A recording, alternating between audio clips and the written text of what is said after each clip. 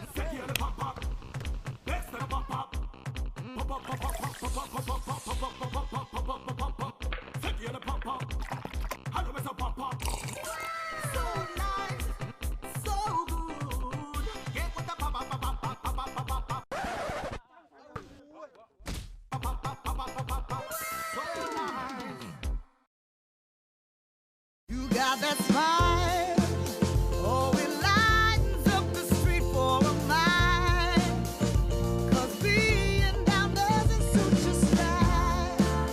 Hold your head up, 'cause love will keep hope going strong. And then smile, it's a given when everything seems lost. Don't try. Ia mo tātou po kalama le yaso whātai. Ia whātaro whātu Samoa I lau mai moa whākonga mai mea uli. Whātaro whātu, a rolilangi o māna o sui whanau. O le nei whasara launga, o leo o lo tau sisi mai. O lo ma whātasi atu ma la whionga I a tuala whasio. Mai o le aunga o le whamoemoe o le nei whasaralaunga ma le whātariloanga ma le pasenga o Tustara. Ina ia whaamanino se tūranga ua pese I ua whaanenefu ai. Ia le tūranga o ima ua o sui whaipuli. O le vaiaso tonai, sa whai se whasaralonga le ofisa o le whaipalota, o le komisina o whainga palota, e whapea, o le whamauina o sui whaipule ua palota ina mai le whai unga o le tātou whainga palota te. O lo iai ia Whaipule e 2.5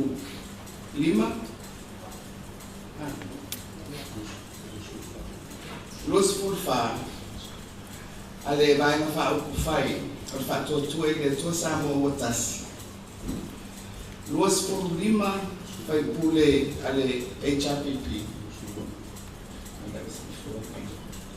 e 2.5 Whaipule o le HRPP ia ma le Whaipule tuto tasi e to tasi o le whionga le ia tuala. Sa taumate po aisea ua whapeai ona toe au mai le whasirisilanga a le komisina o whainga parota. Ona I le whaiunga o le whainga parota. Na mai ai se whaamaumangua mai lona ofisa. Ua tutusa le whai numera a le vaenga o le fast, 2.5 ia ma le vaenga o le HRPP e 2.5 ia ma le sui tuto tasi e to tasi. O te fia tautala mua I le whaaringa lea aloa ia a le whaipalota I le au mai o le whai numera 2.5 mo le vaenga o le fast. O le whaitawina o le 2.5 o loo au fia ai ma o le mei tau talatu. Sa o le sitala mo le whainga palota o se sui tuto o tasi.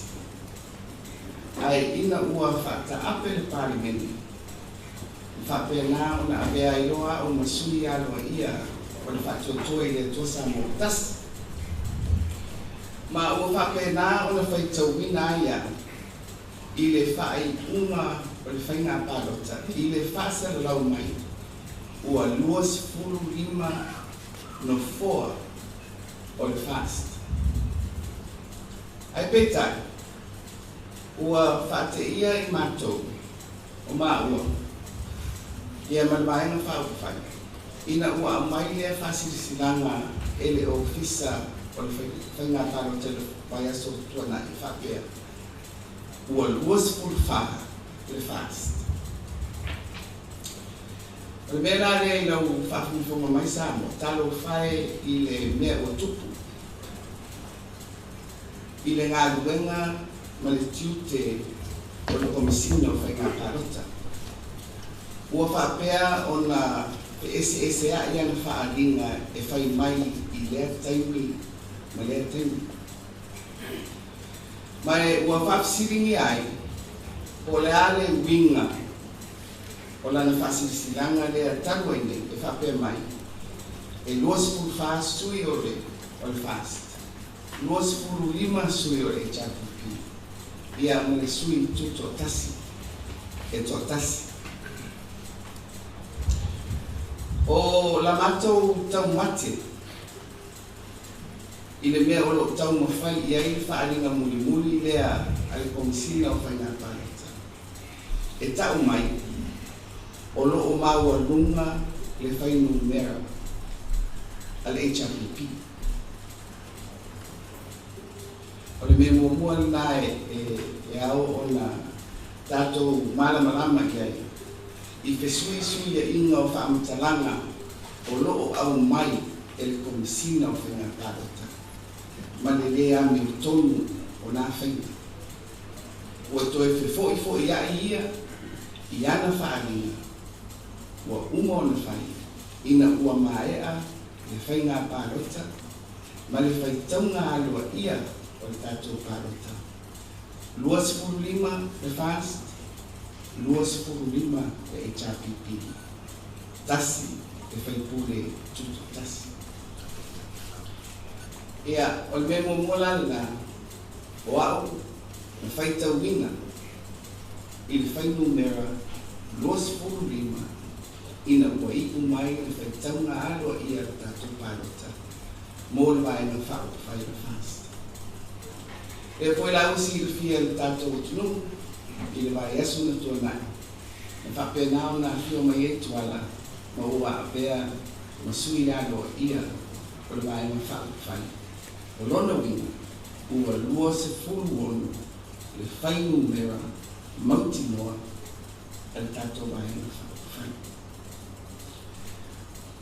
Ua mafua lao na a ese manatu e whai nei whasalama. Ina ia te iwa ne nefu le whai tau ma le whaalongo le tātou watu i le whai unga le parota. E 5 no 4 o le parlamenti sa palutaina. 21 o le nei lea ua i nei le vai whai le fast. 25 o loo i HRPP.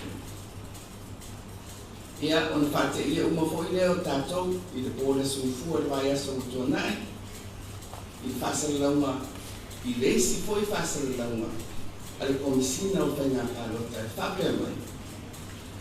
Ua whaupopo ia le suita mai tai i tutonu o le palimeni i lalo ai e ina o tula funu whakai mō suita mai tai. Ia o nam ta upu o le oe luma o le whamsinonga ma o te manatu e le tali whengai e whai i ai o sa mātou. Ai taula mai na mātou whape atu i mea nei o whasara launga ma upu na whai mua ai muni ane ua ese po ile si whaamitanga ua umai i le ofisa o whainga palota. Ina ua mae ale palota sa whesiringia e komisina o whainga palota. Pe toe whao popo se sui te matai o le palimini ona o lea ua si itia no fua i le 5 tasi ma i le fasa furui wasaiai. Ia po le 5 foi awa o leana iai le whaapoponga o le sui te matai. Ina ua mae al whainga palota o le ua fesfuronu i lalo o aia inga o le tūna fono e whaamauti noa sui te matai le to lima i to tonu ina. O le tali al komisina o whainga palota e le tau whaapopoina se sui te matai i palimini. Ona o lea ua atoa le toa lima o te matai. Na ofi mai tutono le palimini e tawala mai filifilinga a o latou i tumako. Pamtalanga mua nana au mai. Ai peitai. O whate ia uma foi tātou. Ina ua whaile a whainga. Ua whaile whai unga ale komisina whainga palota. I lungo o lona maalosi whaantulafonu. Ua whao popo ina ai ia le isi sui te matai mo le palimini. Ma ua ave ia le tusi ma whaamaunia e le au malo. Le la ua o aile mta upu le i lungo o le whaamsino. A le whiau lea e mamoli atu. E pei fo i o le mta upu o le tūlanga tuto o tasi o i maa ua matuara. Ese le tala e whaile amitanga. Awa ese fo i le sitanga u whaile mumuhena. Ma o le memoni sa moai lau tau whaafonga mai. O le autu o le tau mawhainga lea i tau whaamaina. Ina ia mauti noa e whaai ungo le tātou whainga parota. O fea o tātia ai o le whina ngalo o le atu. E ala i ana parota. O le mea lana o le efi atu i o mea. Mai ana le ai le ngai o inga muri le.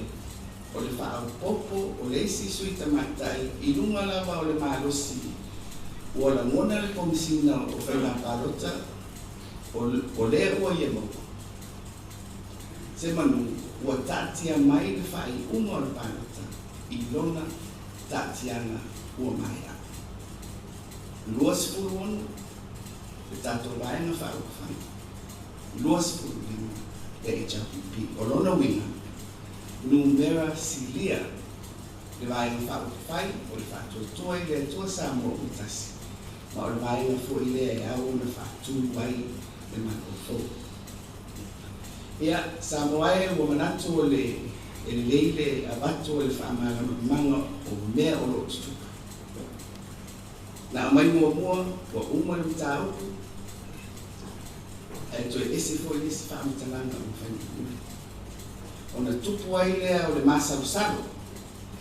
O fea lea ua tātia ai le whangaso longo le tātou le tā upu li. Ia o le memori le atunu. O lea ua tātia atu le whamsino. E au mai ai ia le tonu. E whai ai le whai unga o le whainga parota.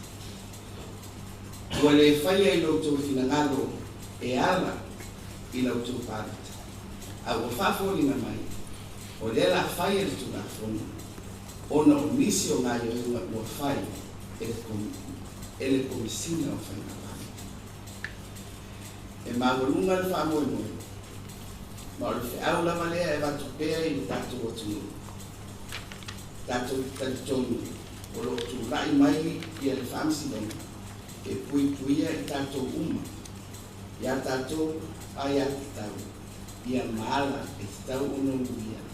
E maua ai whai unga ane tonu. Ia o se whaalinga lea. Ai le leite sauno atu pe o tuala. I lona tūlanga tuto tasi mai ai le sauno mai tuala. Ua iei fo i awala alua ia. Ua longo i nai tino ese o le malo. E tusa ai ma le whainu mera o le tātou vaenga. I le tūlanga masang. I le i umai o whainga palota. Ona saunia lea e vaenga whai le tusi e ave I le whailau tusi o le whono whetula whono e tau atu I ai le whainu mera o le vaenga ma o lato tufina. Ma o le tusi fo I le ngā e maua mai ai le ata o whea o le ata atia ai I le whainga malo I le vaenga o loo tula I mai o loo ia maua le numera e whaatu wai le malo. O umalani tāpena ina ia le tusi lea ma o whao o atu I le whailau tusi o le whono whaitula whono. Ma ua sāwia fo ia ma tusi whaitula whono o ma ua matuala e toi momoli atu ai I whamatalanga o I ma ua o suitu to tasi ua liu ma ua avea I ma ua ma sui a wai o le vaenga whai o whatotua I leto Samoa o tasi ia o le whasilistanga lea e tonga e te Samoa mai so ni tamtali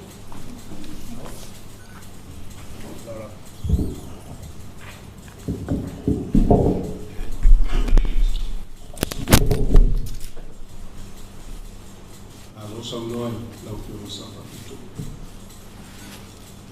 O le tulai mai o lo tangata I le o se suitu tō tasi. O lo tulai mai pēr le te sili. O lo iei foi a whakamaumanga ma whasalanga a le komisina o whainga pālota. I le o alo ia lo awai mai I le pāti o le whakutu I le tua Samoa o tasi. Ona o se tūlanga whaletula whono I whakea I le mawhai o na suia au pe avea au ma se vaenga o se tangata o se sui o se vaenga whai se ilonga ua maia le tautonga I tono Panemene pe avalau Panemene.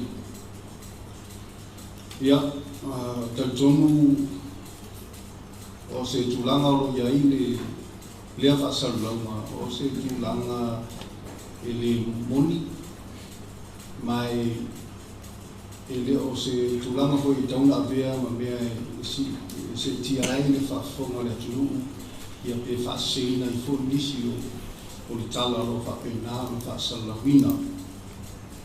Mo le silafia o au sa tutu o tas. I le aso lua se fulu a pelila sa whaiaila o whaiunga ona sa whaatali pe sa talia hoi se whaiunga mai ratu ia tiao e le tātou atunu. O lea na au ina o mai au na o whiwhiria le pāti o le fast. Ia sa whapea o na o atu mato whiloa I fōi mataitai. O le pāti ma whailoa iai lau whaiunu o whai. O le aso rosi furu lea o apelila. Sa au whailoa fōi taitai o le pāti o le whatutua I le tua Samoa o tasi. O le aso so ai o le awhapena o o whenua I atu ai I lo utu malo ia matapa foi se tūlanga o se autasinga ia o se lato whamunianga foi tu sai ma le whainunga u whai. Sa whapena na whaatino le tūlanga lea o le whenua I atu I le tu malo. Ia, ai le afiafi lava o le aso lea o le aso nufu tasi o apelina. O lea na mātou toi whelao I fōi sa whapena fōi o na su mai le maro le whai whasalau. Ia matatou whelao I nei, ia sa toi whailoa toi fōi le whaiunga o whaia. O iai fōi ma le autasinga alo tu mano o lou sui o le a whapena o na aua I atu I le pāti o le whatutu I le tua Samoa o tasi. Le aso lufu tolu a pelila sa whapena o na whaatino ai le tūlanga lea o le momoli alo ia o nei sui e lau tu malo o momoli mai ia ao le taitai ia whapea fōi le pāti o le whatutu I le tua Samoa o tasi.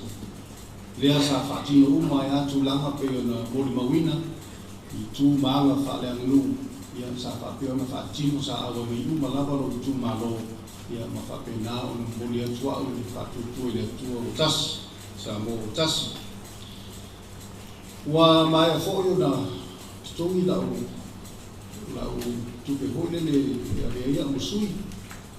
Ia o te loa i cashinga le siak i teimi nei ia umai o tu sia siak ia vea ai ma fa mo tu wai lo tu langa lo i tonu le pati o le winga lo fa mtalanga ai longa e toi kisi ia le tu langa o fiel pati o la wani ai o le nau no ta inga o nei tangata ina ia manino Samoa ma sina fia le tato tu e leo se mea whaingo fia le whaiunga o le sau le pati nei o se whaiunga sa whapea na sa lausi ma ta pena le lei ma whauwhau iei whaama e a le lei lama le tūlanga whau o le au e mai o se whaiunga whau iei whai e tok tasia leo tamata sa au talia tu walalo ma whapea whau le au e mai o le tō whama le whautanga se matutu malo lea o matu whai ai se whaiunga le mausali le tū mau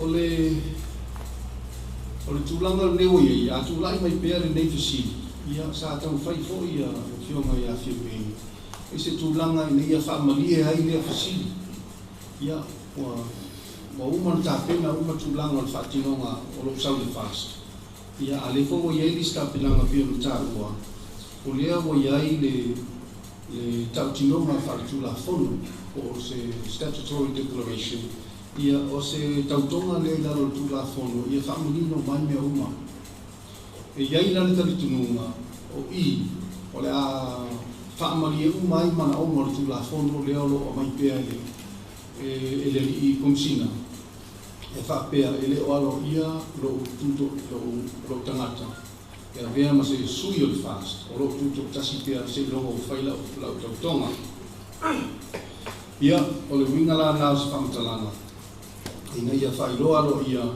lea foi ua o i lesi la asanga o le tau whai lawa e whaamanino o te le loa o tula fono ia o lewa manino o lewa foi whaamale ino tula fono ai o te loa ia o sina mea lawa e whaamalia e le sunga le ni komisina ia lewa to e whai e iange nei statutory declaration a masalo rao sina fia le atunu o manino foi winga wha tula fono le mea o ia ile ngama tuala longa i tu malo le ho o te via ele whātutua i le tua Samoa tas. Io se whamtalanga lea, mai o rupu moni Samoa o te le to e suia sa whaiunga. O le whaiunga o whai, o se whaiunga mai le tua, o nā o iai le ato toanga sa talitununga, ia moro whāroa lava. Ia, mara Samoa, atu e tātou se ane loi le paenga lona rua ke iei mea tau tisiri ko leo malama ia le ma pasalaunga ma le whionga ia tuari. Tei lewa mora manoa, ia. Leo whesiri lewa whionga sa whaki. Leo tu langa whaki. Le ta lia le whingaro whaki mai le matau. Ai wala usiri. A whai e mai ai whai ma whaki ua whaatungina le whaatutui le tua Samoa o tasi le whainga marofo le ala o whainga o ele palmia i le komisina o whainga palmia.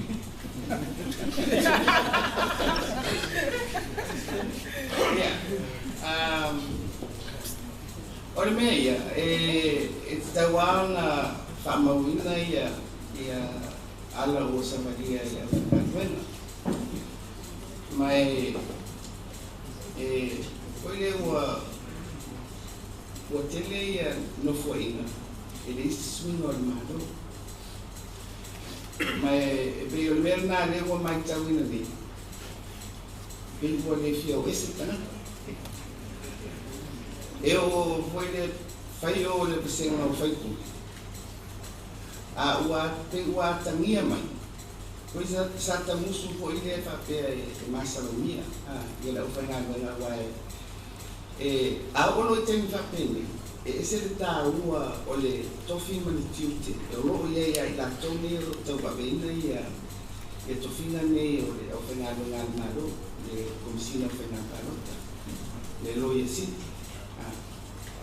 ia po ile ba ai ola e umia lo mea ai o le sipoi mea o lai tūlanga tutusa le whainga o vai ma whakawhak ono le moniale e tau vai vai ma whakawhak ai e foi le o mai tawina pe o le mera le no whaari atu le foi ia o whaaringa al konsini e whatupu ai lana manatu e se a o tupu ai le nami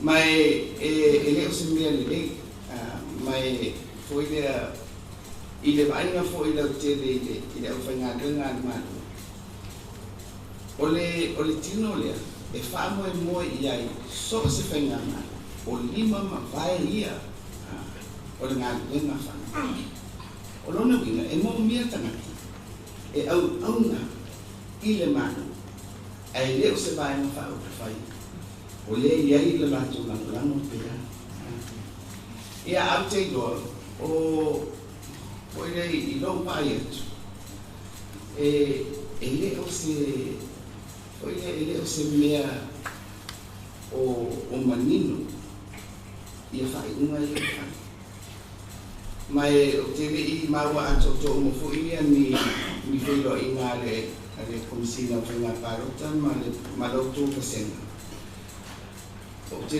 pere le fo ilano pisiri atu ia auto o lapa ia whamitalanga al komisina o whainga parota ni e tō whafisi ia po sa o foi to fasilio a vele il komisina o whainga parota ai ole mea e wha mau pe wale a kota utala ngā luenga o ile o leo whaatino ngā luenga ai ma se ala e whai lunga rea na whai il komisina o whainga parota i whau po ina o se sui mua whai mai ile ai luna rua mulu ia o tango ai a whai ai le o manino mai fo o lale mea na tupu i le pā o le teimi na mai e le whaamitalanga mua e le toi eisi e le toi mana o mia se si sui te maitai o le ua o sia le to rima whamari e ina i tu la kona o le ala le na tupu i le pā le whaari mua ma le ngā luenga luna rua le o whai wālu wāi e whai nau whai unga whasaini le au maro whai le mele e a te whai tetera ia i hoi le i le tautaringi ani o le tautuna o na o le o i luma o le whamsina ni. Ai o le tautarangia o le komisina, mana ngā lua, e te rea ala panua whaile. Ona, e te tau ona tutusa lana vai, o te ofo, awa, so se tangata whaile mana marama i whainunga, o le ua nei loa, i le whainga o le mele, o le ato i tutusa i o le numere. Pele o ane i lona mawhawhau, o ani whita, o le nā mea. Pe sale ai la sona manatu, pe sile ona fisili i whamsina, pe ona o whanonga i fo inisio o whinangaro whanea. E a maisa nā tō whanatoa. Ai le lei ala ka na whape, whailan whainga, ai le kai mō nua lana whainga. O whamalia ina i a suita matai. O le mea lana, ua matua i masarumia, i lau whaile e lau tangata. Whaile o le hane mea na tupu. O ina toi una ia lo na whakaka. O aleana manino la na whainga. Ai po le hawa sana whainga. O ina e whaakitangata mawhawha. O lea ua ia whaatupu se tūranga whaingata. Mō upu whai. O lea foi le api lava le ia le vale ai le lima spultazione fu o le numero civile o le lufo le ini mai o le mea foi le fietuligo ia fa mautu le finangalo le tui e ala mai le finangalo ai le o le ala mai ini ngā yo inga ua whai esi tangata finangalo ngai tōtasi o le mai e usana mtafa ibrahima e te tui lolo pinangalo masalumia o ile te masalumia o te masalumia ia wa o ia le whainga ioina o le ale mea na tupu ia ia ua koe sui e runa pena moe ala ni tae apa pe o te tauna rono ia mata Pero le mea na faisa na miti musu a krisis. Po a mai e se whautuanga a se tūtino whautulafuna. Wale whai mai na fisiri lo isi. E tere loko lo isi ki le na. E ona le whautuanga. Ia, awa o le mea monia. Oile, o le ala wa fisiri. O whea le mea na tupu mai e manatu. Ona sa le iei mo mwani manatu manari. Ila na Taino Morela o fionga le sa whakita. Whai rana mai sau whautuanga. E tu sa le fionga le whainga whalota. Ona le alia e o le e te leo ta o kuia ina ua uma na whaalia ia le whaiunga whainga whalota. Ia le whautuanga o le whaisa o le ngāmua. Koe le atu mungo o le tūnafuna.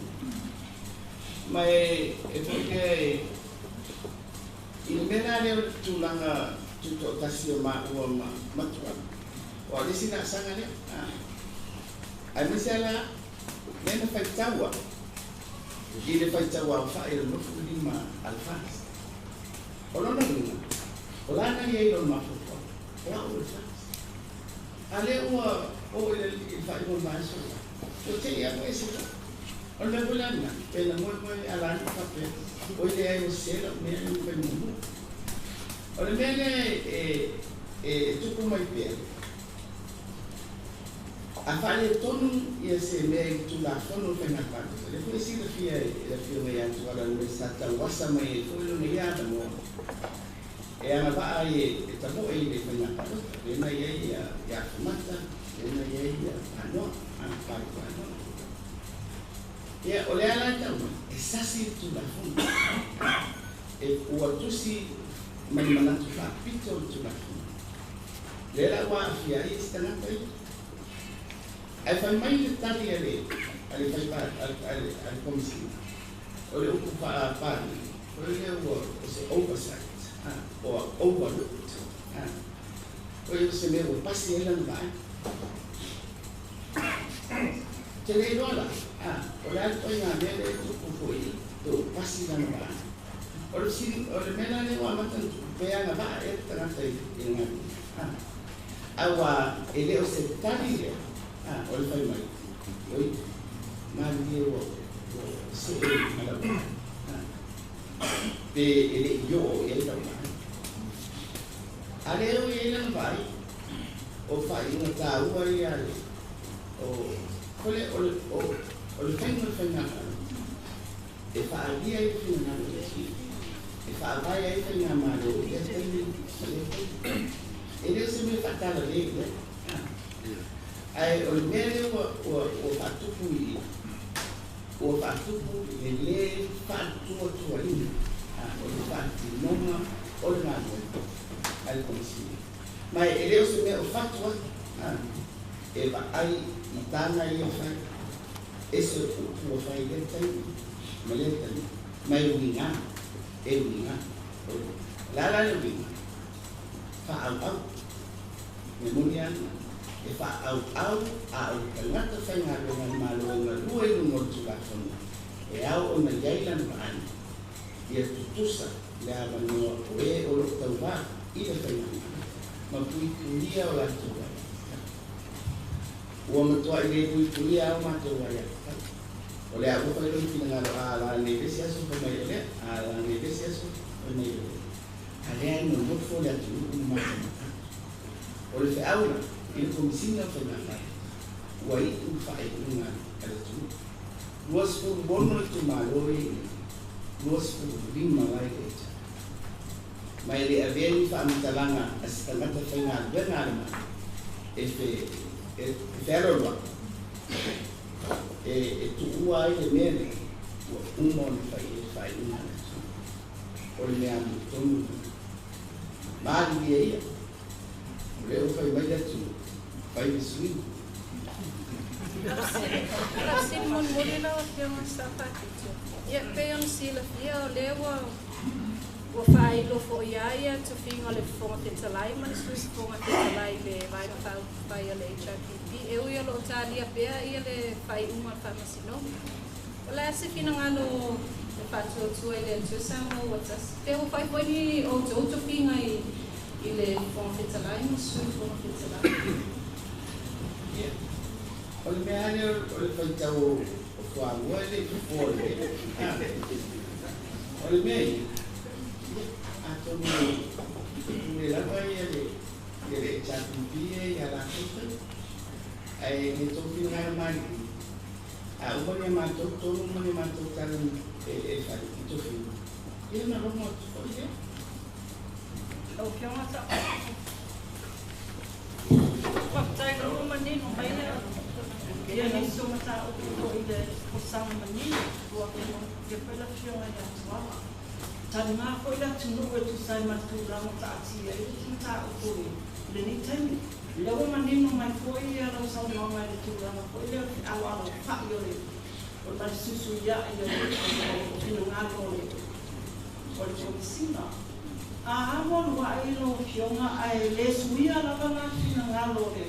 O le komisina tu mau pepa pe le sili ia le joki pi tu mau o tau tu kasi pe tuala. O le ale sila asrama o le ala asia le toga i whao. E o o le whakasilona pe. O le elea, ua umanga i ue ngā komisina. O le ngāngana le o se e atu i le whailau tusi o le whono whaitula whono. A wāru tanaka rana, e ave i ai le tusi, a vāenga whao whai, e tau i ai, o i tanata i ai, e ai tutonu o le lato vāenga. Ma o i nā whoina, e i roa i roa i le whailau tusi, o le whono. Le vāenga ua siri ona nufoa. O le whaktua ina i roe leo le awa mai. Ia o le vāenga le whawai e le whainga mai o le whatua mai. Ia, atonu o le atau whai mai e si komisini, i lana mtau. A o le mtau, ua se, ma le ko umar whainga mai. Umar whainga mai. I le mea koe lea e tau o mai whapea o maa ua matuala o tutotas. Ia, e tau awa pea lana mtau. Ia, atonu o ia tau awa ina mtau, ko pea manawa e tupe. A le whati nonga o le mea lea, a o atu tutomo le pani. Nā pau ane mea maa ua matuala e whai atu. Ia, mani, a whapea lana o ia se whakasiri o where le vaenga mate e. O maa ua, o sui o whaks. O na whaamau ai role ina. Koe le ar pāre mene, le mea e tārua i e whaamau ina. Ai o le mata kule au mai e mari, o le ave le mātou tusi i le whailau tusi o le whono. E tau i ai mātou. E sangi mai mātou i ana tuana, i na rua whiuna. Ea, le lufu rono lea, le rai ave tusi. I le whailau tusi. Ia, o na ave leo le kopi i le komisina whainga parota mua rona sinfi. O le mea lai mani e le tani mai le whailau tusi o le whono. Ia mātou. E tani mai i le komisina o whainga parota. E mamoni mai ai ana na mau ia, whai mai.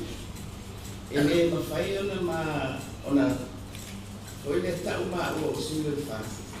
Se ia maa o te tono o pani. Ia, maa ua mua hoi le soifua o ina o tuana ia o le lo ia. Ia, na pasi tuna ia te ita mei, ia, ia o lima mātou maa me tuna hoi. I sui tuto kasi. Ma le ava noa, ina ua maa e an whainga parot. Ia, ina upo ina, po ina ona wa ule le parotalo, lo tufu. Ia, po ina ele, umi ona whaile whaasiri silanga, po ina ua amatale te pili o tau whainga parot. Ai, o mai role whai ui, ua tō fia i a o tulepa, o leara i pule. Ona mātou ia ke tākoteina mātou tufu. Ia, ono nui. Na amata mai ai nata i. Ai mai sina ua whata apere ina po ina tarua. O ia ino urawa no. O te sabari e ua whaia nisu. Ia o laso bandu o mati. na mumuli mai ai o kimaro o le soado ia pula na beia no suyo ia ora pe si le komisiona ia natulanga wan so oefe ia mal fifiria wa o tai o le mai nola ile nana tai mo ina o le fina ngano le komisiona o le ana le fisinia ai sa le na tu do ayan le it could be a technical point but I don't think so or to my full line mostly to totas e a noa e a vega to sui ai iso se tai ai le o tu le ikani ai pe yo le e ta o mai e komisiona se masava paia tu le pani ona me faile ona eu não me nada ona na mau le ta ona ai o ko ta pe e mo le nani nan ma wa to ma fa ya lo su me fa lo tu si fo si fa ma wana ina o ma o su le fas ya o fu bono e foi la ya le fas but I'm not sure what his point is. Ia whaktai, nā whatoa tani mai I nei lau saunoanga nā whatoa mai atu, lau whesiri sa tawa patu. Tanga le sa maua e matou telefon, na tali mai ia komisina whai ngā whanota I le matou telefon. I le tūtonu ale nā lewa e whamatala mai mai sa mua mai ai. Le nā saptamu mai e siri mai e whaktai lewa malama. Pitai, e tūtonu ma le sino fia mai sa mua atu o lewa na e tūtonu o mauta. O lewa fo I e le ito sinese whai ngā mai o. Pitai I whai ngā whai po whai ngā sui ngā ni malo. Tātou tele o nopo a ngā fia o iai I le taimine nei o ngā whai si lewa. Lea la o le au oro tātou au tilo atu po o mā te tū o le alese sui ngā tele la o le asini malo. O la rau te tautara I le tū e sini malo. Pena whape I mai no stilo fia I tausanga utunai. Le kisia ina leo malo, mai le isi malo, isi malo. Pena I se whainga po I lea I tutonu o le komisi o tanati whainga le ngā malo. O le pisa siko utara le ngā I le tuo tuina lea po le whaama. Whase e atu ngā le ngā isi malo fo. Po le rasa tanga I ai ale whaase e tombile a ngā I tunia. Pe o fōruna mai pe o iei se tāpe mana fo I anga I le tu. A hana po. Ia, o le tau mawhaupopo an whenu whai si sui o ngā malo. Isano le afe serau tamba. Wa le afe serau wa lima na ia na amata mai la wa le afe serau wa lua. Ya te tolu e sui e ino pali mia I whai nanu whai o mai e afe serau baru lima. Então sui e ko I malo I whai ino le afe serau baru lima. Ia o mai no te ngā pārota o le afe serau baru baru. I la ura tau mana tōtu I relative si mai e transitions. I sui e ngō māre. I saro le tenu muli na transition. I se pūlenga sai nei. I le māru fō. Ia te awaia. Ele o lisi e tu mana hoia se tāpe ngā aroa ia. Ia, ai pea o tu mana masani sui e ino I tofi.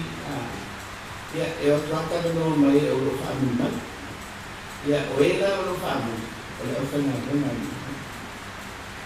Nga o mea na e watu ai pea ia le ngana le o tā ua o tuto tasi o whainga runga. Ko ia, e whainga o fia I to ina fisui ina le. Ai mesa o se fisui ina I le te atu se taimi unu. Ia atonu e le te o hola se si le o whaingare ana. I le uni te le taimi o ngāru o na pūlenga alai whai e chaki. Ia o peu o whawhainita I fule.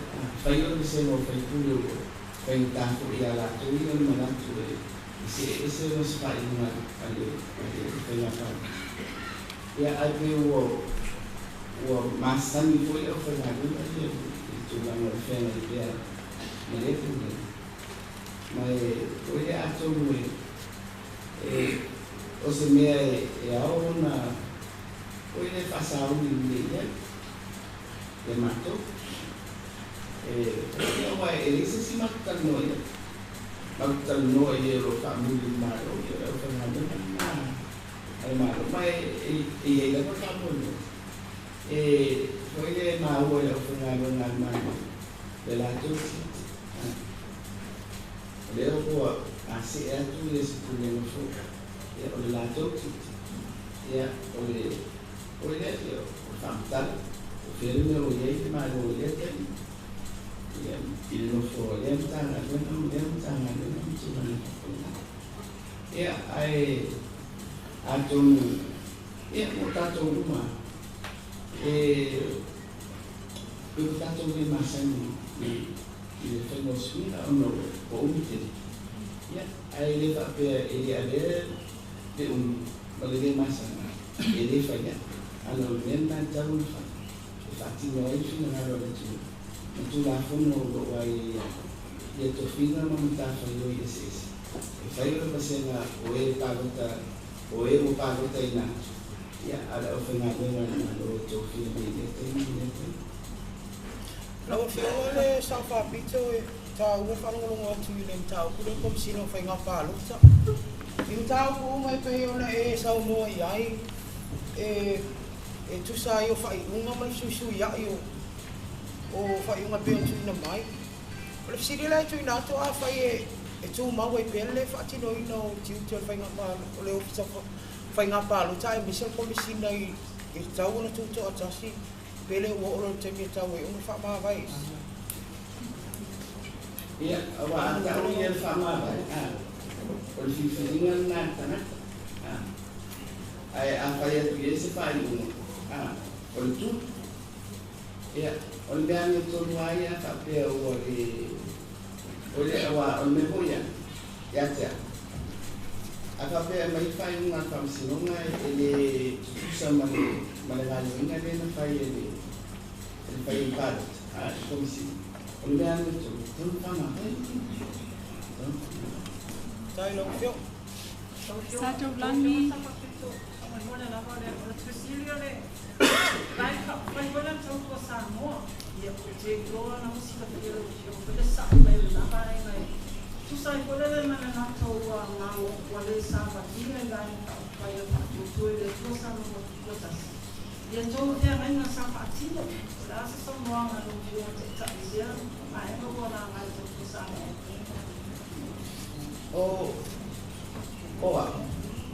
e mantenita o mai le il cato ainga nei ma se sa o uma no fai e feo tu mai na a tua male fast o memoria che le fitta no atu la oficina o che le lo foi por ale me mantenado e le se la tu fai o che le lo la por ale to na yo ina le mana o e fa ai prima kita ni yo no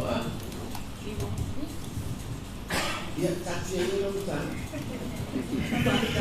ya poi casa la facilità molto o le aso ma pietro ma to come si nome e le go da ci ci sto io ma facilità molto per o fai la ni to tami come si nome ya se le kita no por nada ana ese ta por ta no se yo otro tengo fai bene ma uma das falei tenho falo eu fai un ta Ja, zou schiati che sa no mai da sì. O lo che sì. Non mo parlami no, non mo parlami. Le fa anche da me alle giorni o la tua fattura. Ja, automatisch. E io fui meno parlami. Famole e per famole, tu fai non tu vai se fai na paro to io insisto na no pe a vai e te o tu progetto on fast ya o memoria ya ele se meta fai fosse bem na cara I le whai mea le o whai e whiwhiringa le tu. Le o tia I le lusu mo. O le whai mea sidia le e whaavai e se maro. Te le rola ko le ama ko anga te tau le atu e whai e si spari. Ka whapeo le ko ta tia e whaina na. Le whai mea le whai o whaavai e se maro.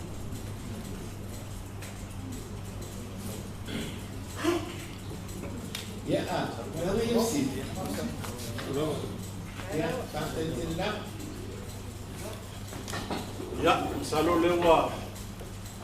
Maia le tatu whatatanwano le kowa manino ta vai, le kowa tafu manino le vai o le alia, I tamna koe o leo ta ele whiwhia ma o le alia ne yasu. Find any opportunity to smile, and when they smile, so do we. At Colgate, we want every child in Samoa smiling. To all mums out there, encourage good brushing habits early on. It only takes you 2 minutes to teach your child how to brush twice a day for strong, healthy teeth. Come on, mums, it's you first. Start a healthy habit with Colgate today. Brush, brush, brush, 2 times a day. Brush with Colgate.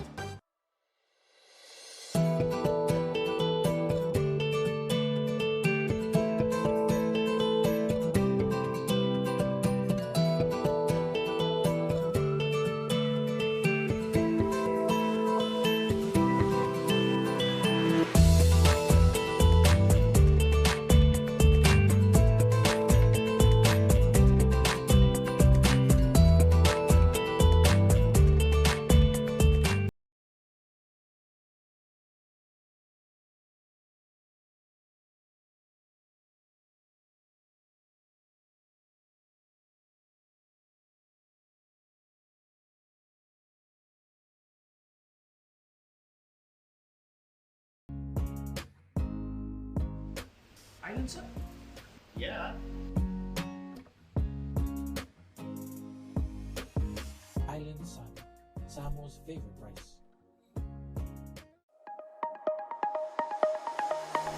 Custom Logistics Services, where quality and cost meet.